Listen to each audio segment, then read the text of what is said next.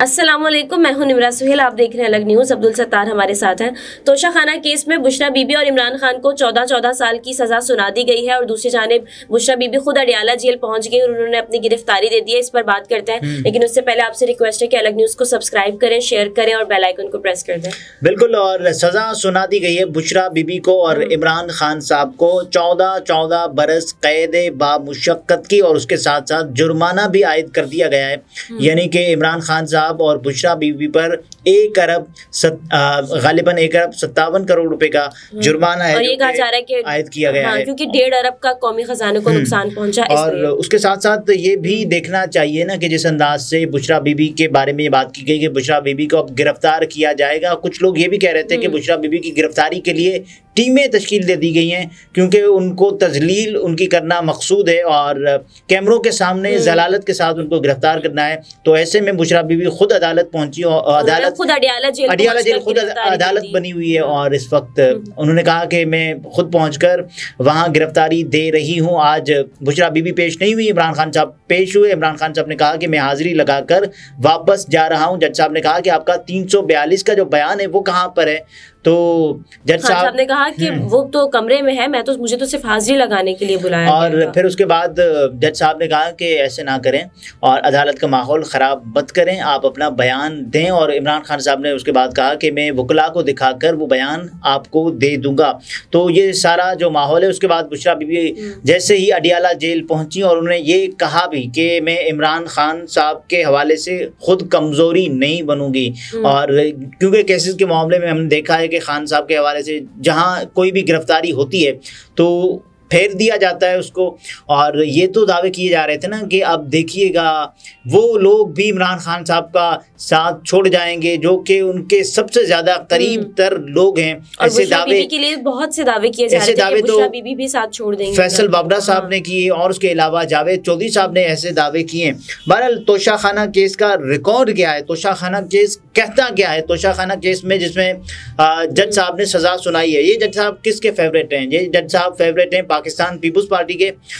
Pakistan Peoples party نے 2012 میں جج محمد بشیر صاحب کو تعینات کیا تھا، اور اس کے بعد 2 بار پاکستان مسلم لیگ نواز نے اس جج صاحب کو توسیع دی، اور اس کے بعد پاکستان تحریک انصاف نے بھی اپریل 2021 میں جج صاحب کو توسیع دی۔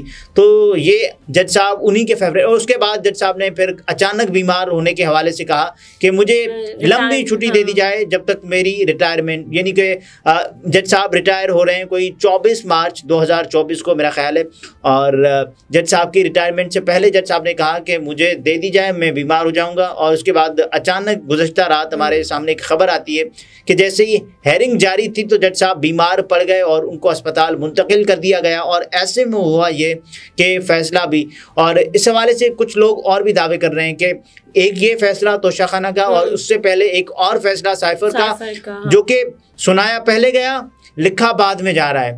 اور توشہ خانہ کیس کا فیصلہ جس بجلی کی سرعت سے سنایا گیا، لوگ اس پر تحفظات کا اظہار کر رہے ہیں۔ اور اس کے علاوہ جو سائفر کیس کا فیصلہ ہے، جس میں آپ نے دیکھا ہوگا کہ انٹرنیشنل جو ہیومن رائٹس ہیں، وہ ایک کاؤنسل کیا کمیشن ہے، انہوں نے اپنا بیان جاری کیا ہے۔ وہ یہ کہتے ہیں کہ عمران خان صاحب کو جو ایک تو ان کے قانونی مشیر تک ان کی رسائی نہ ہونا، اور جو جرح کی جو ممانعت ہے، اس کے علاوہ بہت سارے ایسے قانونی نکات ہیں جو کہ عمران خان صاحب کے اوپر لگائے گئے الزامات کو کمزور ثابت کرتے ہیں۔ اور اس سے یہ واضح ہوتا ہے کہ صرف فیصلہ سنانے کی اور سزا سنانے کی جلدی تھی اور کچھ بالکل۔ اس کے علاوہ جو حامد میر صاحب نے کہا ہے کہ یہ جج صاحب جو کہ پاکستان کے مختلف وزرائے اعظم کو سزا سنا چکے ہیں، تقریباً میرا خیال ہے کوئی 6 وزرائے اعظم کا انہوں نے ٹرائل کیا ہے، 2 وزرائے اعظم کو انہوں نے سزا سنائی ہے، جس میں نواز شریف صاحب ہیں اور عمران خان صاحب ہیں۔ عمران خان صاحب کو بھی سزا ہو چکی ہے۔ تو توشہ خانہ کیس جس انداز سے جاری تھا، اور توشہ خانہ کیس کے حوالے سے، توشہ خانہ کیس وہ واحد کیس ہے جس میں جیو نیوز کے ایک رپورٹر نے ایک سٹوری کی تھی، جس میں انہوں نے یہ بتایا تھا کہ حکومت کے پاس کوئی ایسا متعین کردہ فارمولہ نہیں ہے جو کہ اسیسمنٹ کرے کہ تحائف کو کیسے کیسے اسیس کیا جائے گا یا تحائف کی جو قیمت ہے وہ کیسے لگائی جائے گی، جب آپ کو یہ پتہ ہی نہیں ہے بیسک جس کی وجہ سے عمران خان صاحب کو سزا سنائی گئی ہے، یعنی کہ انہوں نے قیمت کم لگوائی، الزام ایک یہ ہے، اور اس کے علاوہ عمران خان صاحب پر یہ الزام ہے کہ انہوں نے جو ملکی تحائف ہیں وہ کم قیمت میں بیچے اور جس کا فائدہ عمران خان صاحب کو ہوا، تو ظاہر ہے یہ کہا۔ اور اس کے بعد جیو کے ہی رپورٹر نے یہ اسٹوری بریک کی کہ ایسے نہیں ہو سکتا کہ ایک ملک میں جس میں یہ قانونی نہ ہو تعین کرنے کا کہ کس تحفے کی قیمت کیا بنتی ہے، تو ایسے میں آپ کیسے کسی کو سزا سنا سکتے ہیں جب تک آپ کو اس کی درست قیمت کا اندازہ ہی نہ ہو۔ اس کے علاوہ کچھ بوگس یعنی کہ توشہ خانہ کیس ہے اور اس کے کچھ تفصیلی حقائق ہیں۔ عمران خان کو عوام کی نظروں میں ظاہر ہے جس انداز سے، کیونکہ الیکشن سے پہلے یہ پاکستان میں ہوتا رہا ہے، اور سزا کیسے دلوائی گئی ہے؟ کیا جا رہا ہے کہ نواز شریف صاحب کو بھی 2018 کے الیکشن سے پہلے سزا۔ الزام کیا ہے؟ الزام اس میں ہے کہ سعودی شہزادے سے ملنے والے تحفے کی قیمت کم لگائی گئی۔ کیا تحفے کی قیمت عمران خان نے لگائی؟ نہیں۔ قانون کے مطابق کیبنٹ ڈویژن قیمت FBR اور مارکیٹ ایکسپرٹ سے لگواتا ہے، جو کہ 1.8 کروڑ روپے تھی۔ کیا عمران خان نے تحفے کی قیمت ادا کی؟ نہیں۔ عمران خان نے قانون کے مطابق 50% قیمت یعنی 90 لاکھ روپے ادا کیے۔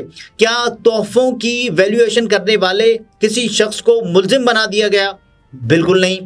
اگر ویلیویشن عمران خان نے نہیں کی، نہ ہی قیمت لگانے والا ملزم، اور قیمت بھی ادا کر دی، تو پھر کس چیز کا کیس بنایا گیا؟ پاکستان کا سودا نہ کرنے کی بہت سارے لوگ بات کر رہے ہیں۔ اس کیس میں نیب کے جو اسٹار گواہ ہیں اعظم خان صاحب، اور ان پر کی گئی جراحی جو اس کیس کو سمجھنے کے لیے کافی ہے۔ اس کیس کے لیے ہر پاکستانی یا انٹرنیشنل ایکسپرٹ نے جھوٹی قیمت لگانے سے انکار کیا۔ تو تحفوں کی جھوٹی قیمت دبئی میں ایک ہندوستانی کی دکان پر پارٹ ٹائم کام کرنے والے ایک اسپیئر پارٹس کے سیلز مین عمران مسیح کو تصویریں دکھا کر لگوائی گئی، جس کی تفصیلات ذرا ہم بیان کرتے ہیں۔ گواہ عمران مسیح ایک FA پاس شخص ہے جو 8 سالوں کی کوششوں کے باوجود BCom کا امتحان پاس نہیں کر سکا ہے، اور عمران مسیح دبئی میں بھارتی دکان پر 3800 درہم ماہانہ پر پارٹ ٹائم سیلز مین ہے، جبکہ اس کے علاوہ ایک اسپیئر پارٹ کی دکان پر بھی نوکری کرتا ہے۔ عمران مسیح کے پاس جیولری کو پرکھنے کا کوئی سرٹیفکیٹ نہیں ہے، اور نہ ہی اس کے پاس ہیروں کے تعین کرنے کے لیے متعلقہ سرٹیفکیٹ یعنی کہ IGI۔ عمران مسیح کو یہ بھی نہیں پتا کہ IGI کا کس کا مخفف ہے۔ عمران مسیح کو اپنی دکان کے مالک کا بھی معلوم نہیں ہے کہ وہ کون ہے، اور جو گواہی ہے اس میں اس سیلز مین نے مبینہ طور پر تحفے کی تصویر کو دبئی کی گراف اور BVL گاڑی کی دکانوں کو دکھا کر یا گھڑی کی دکانوں کو دکھا کر مارکیٹ ریسرچ کر کے جیولری کی قیمت 300 کروڑ لگوائی، لیکن مارکیٹ ریسرچ اور دکانوں سے معائنے کا کوئی تحریری ثبوت پیش نہیں کیا۔ عمران مسیح کے پاس نہ تو کمپنی کی طرف سے قیمت کے تعین کا کوئی اتھارٹی لیٹر جاری کیا گیا، اور نہ ہی عدالت میں گواہی کے حوالے سے کوئی اتھارٹی لیٹر جاری کیا گیا۔ عمران مسیح کو یہ قیمت کے تعین کی ذمہ داری بھی کمپنی کی جانب سے نہیں دی گئی ہے، نہ ہی اس کے پاس قونصلیٹ جنرل سے رابطے کی کوئی یعنی کہ چٹھی تھی۔ اسے بھی یہ بھی معلوم نہیں کہ قونصلیٹ جنرل اور اس کی کمپنی کے مابین کیا طے ہوا اور اس سروس کی کتنی فیس لی گئی۔ سیلز مین کے مطابق ہیرے کی قیمت کا تعین مائکروسکوپ مشین، اسکینر اور ڈائمنڈ سلیکٹر سے کیا جاتا ہے، لیکن نیب کے ریفرنس میں دیے گئے تحائف کا اس سے معائنہ نہیں کیا گیا، کیونکہ اس کے پاس صرف تصاویر تھی نہ کہ زیورات۔ تو اس میں یہ ہے کہ گواہ عمران مسیح نے اپنی رپورٹ میں ہیروں کا وزن گرام میں لکھا، جبکہ ہیروں کا وزن کیرٹ میں کیا جاتا ہے۔ اس بابت عمران مسیح نے اپنی غلطی تسلیم کی۔ وکیل کی جانب سے گواہ کو چند زیورات کی تصاویر دکھائی گئیں، تو گواہ نے کہا کہ میں تصاویر کی بنیاد پر قیمت نہیں لگا سکتا، بلکہ مجھے زیورات کی اسپیسیفیکیشنز دیں گے تو قیمت بتا سکتا ہوں۔ اسی گواہ نے توشہ خانہ زیورات کی قیمت تصویر کی بنیاد پر لگائیں۔ یہ ہے وہ بندہ اور اس کی جو گواہی جس کی بنیاد پر 1.8 کروڑ کے تحفے کو 300 کروڑ بنا کر پیش کیا گیا، اور نیب چیئرمین نے کرپشن کا جھوٹا ریفرنس بنایا اور عمران خان کو سزا دی۔